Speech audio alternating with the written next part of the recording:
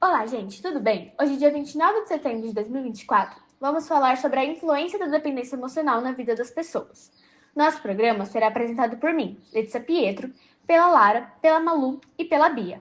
Além de nós, contamos com a presença de uma convidada mais que especial, doutora Tassiana Barros, terapeuta cognitiva comportamental. Para além, iremos juntar esse assunto tão importante com a leitura de um dos clássicos brasileiros, Marília de Dirceu. A partir da leitura do clássico brasileiro Marília de Dirceu, vimos que o personagem principal, o eu lírico masculino de Dirceu, priorizava seu amor platônico por Marília do que sua própria condição de presidiário. Bom, mas antes de entrar nesses detalhes, faremos um breve resumo da obra, para aqueles que não estão tão familiarizados com esse tipo de leitura. Marília de Dirceu é uma obra lírica de Tomás Antônio Gonzaga, que explora o amor de Dirceu por Marília em três partes distintas. A primeira parte, escrita em 1792, é composta por 33 liras. Celebra o amor idealizado em um ambiente pastoral, destacando a beleza e as virtudes de Marília. A segunda parte, de 1799, com 38 liras, retrata o sofrimento de Dirceu durante sua prisão, enfatizando a dor da separação e apresentando um tom melancólico. Por fim, a terceira parte, adicionada em 1812, traz poemas variados que, apesar de considerados por alguns críticos como menos autênticos, enriquecem a obra com complexidade temática e profundidade emocional. Ao longo do texto, a obra transita do bucolismo, características pré-românticas, refletindo a trajetória emocional do autor. Esse livro, por mais antigo que seja, torna-se atual, pois no contexto moderno, muitas pessoas acham que o amor é a chave de tudo. Mas será que essa chave é capaz de nos levar ao caminho certo? Para inicializarmos a nossa conversa, vamos perguntar à doutora. Doutora, o que as pessoas acham que é a dependência emocional e o que realmente é? Quando falamos de dependência emocional, no senso comum, geralmente pensamos em uma pessoa que se sente muito apegada ou dependente de outra para suprir suas necessidades emocionais. Isso envolve uma busca constante por aprovação, carinho, atenção ou validação de alguém. E essa pessoa muitas vezes tem bastante dificuldade em se sentir segura ou feliz sozinha, sem o apoio ou a presença de outros. Nos relacionamentos, essa dependência pode aparecer de diversas formas, como o medo de ficar sozinho, o ciúme exagerado, comportamento possessivo e até a dificuldade de tomar decisões sem consultar ou ter o apoio de outra pessoa, né? São comportamentos que sinalizam essa dependência, né? A necessidade de sempre ser aprovado, a dificuldade de estar só e sempre fazer sacrifícios exagerados pelo outro.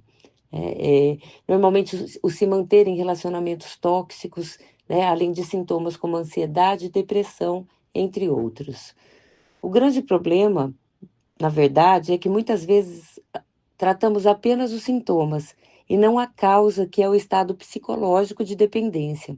Por exemplo, eu posso começar a tomar remédios para depressão ou ansiedade, posso praticar a meditação para reduzir o estresse, posso até sair de um relacionamento tóxico, mas se eu não desenvolvo as habilidades para lidar com a verdadeira raiz desses problemas, que é a dependência emocional, a situação tende a se repetir em outros contextos e com outras pessoas.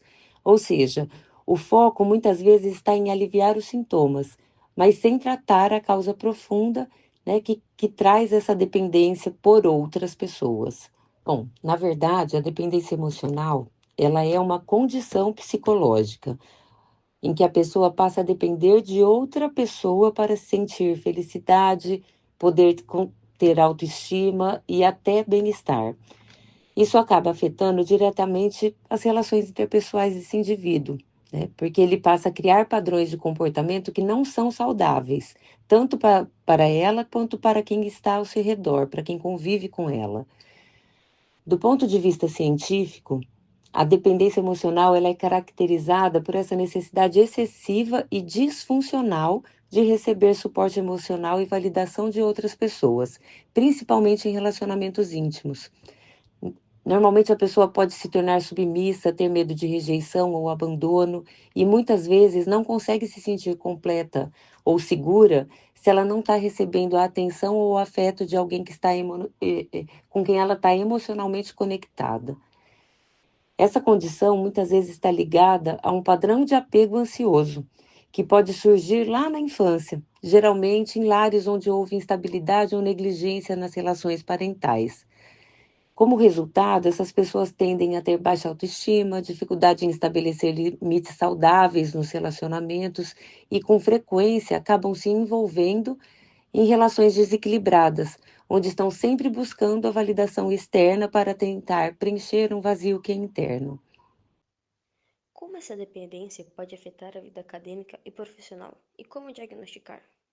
A dependência emocional pode impactar diretamente a vida acadêmica e profissional de uma pessoa. Sim, afetando tanto o desempenho quanto a autoestima, autonomia e bem-estar. Isso se reflete em diferentes aspectos. Primeiro, temos a dificuldade em tomar decisões. Pessoas que são emocionalmente dependentes geralmente buscam aprovação e conselho dos outros o tempo todo, o que torna complicado agir de forma autônoma no ambiente de trabalho ou na faculdade. Isso pode resultar em procrastinação, insegurança e especialmente na hora de lidar com projetos ou responsabilidades. Outro impacto importante é a baixa autoconfiança e o medo de falhar. Quando a pessoa não acredita nas próprias capacidades, isso afeta diretamente o seu desempenho, tanto na escola como no trabalho, e ela tende a evitar responsabilidades ou a não apresentar suas ideias por medo de uma rejeição ou de uma crítica, o que é bastante prejudicial no ambiente profissional e para o crescimento profissional. Essa preocupação constante com a busca da validação de outra pessoa também afeta o foco e a produtividade. Quem está emocionalmente dependente pode se distrair facilmente, comprometendo a eficiência no trabalho ou nos estudos. Além disso, essa necessidade de aprovação também pode complicar as relações interpessoais no ambiente de trabalho. Muitas vezes a pessoa não consegue estabelecer limites, o que pode levar a dinâmicas complicadas, como tentar agradar demais os colegas ou chefes, se sobrecarregando no processo e se tornando improdutivo. E tudo isso acaba gerando estresse, que ao longo do tempo, pode levar ao burnout. A incapacidade de lidar com desafios de forma independente acaba desgastando emocionalmente. Por fim, a dependência emocional pode fazer com que as pessoas percam oportunidades importantes, tanto no trabalho quanto na vida acadêmica. Elas podem evitar desafios que exigem mais independência, como promoções ou liderança de projetos, ou no contexto acadêmico, deixar de se candidatar a estágios e outras experiências que tirem o aluno da zona de conforto. Ou seja, essa condição pode limitar, sim, muito o crescimento pessoal e profissional, além de comprometer o bem-estar geral da pessoa. O que a doutora recomenda para aquelas pessoas que estão passando por essa situação e têm vergonha de relatar? Superar essa dependência emocional pode ser um processo bastante longo, mas é totalmente possível com o apoio adequado e, claro, o comprometimento pessoal de quem está passando por esse processo. Se você ou alguém que você conhece está lidando com a dependência emocional, o primeiro passo é reconhecer que existe um problema na forma como essa pessoa se relaciona. Esse reconhecimento é fundamental para a mudança. Depois disso, buscar ajuda profissional, como terapia, que é um trabalho essencial. Na terapia, a pessoa terá o suporte necessário para entender as raízes desse comportamento, além de ferramentas para desenvolver a sua autoestima e aprender a estabelecer limites que são mais saudáveis. É um processo de autodescoberta, de fortalecimento emocional, que leva tempo, mas que com empenho pode transformar completamente a forma como essa pessoa se relaciona consigo mesma e com os outros. Bom, doutora, muito obrigada pela sua participação. Temos certeza que esses conselhos ajudaram muitas pessoas que passam por isso. Bom, gente, com esse podcast conseguimos perceber que a dependência emocional, além de ser um assunto tão importante e que tem que ser relatado em toda a nossa sociedade, Os livros antigos, os clássicos brasileiros, trazem esse tipo de assunto e nós temos que ter conhecimento desses clássicos e ter conhecimento desses assuntos também. E que às vezes os clássicos, eles não são tão chatos e tão antigos quanto pareçam ser, e que eles trazem assuntos muito importantes e até mesmo muito atuais, que nem esse mesmo, da dependência emocional.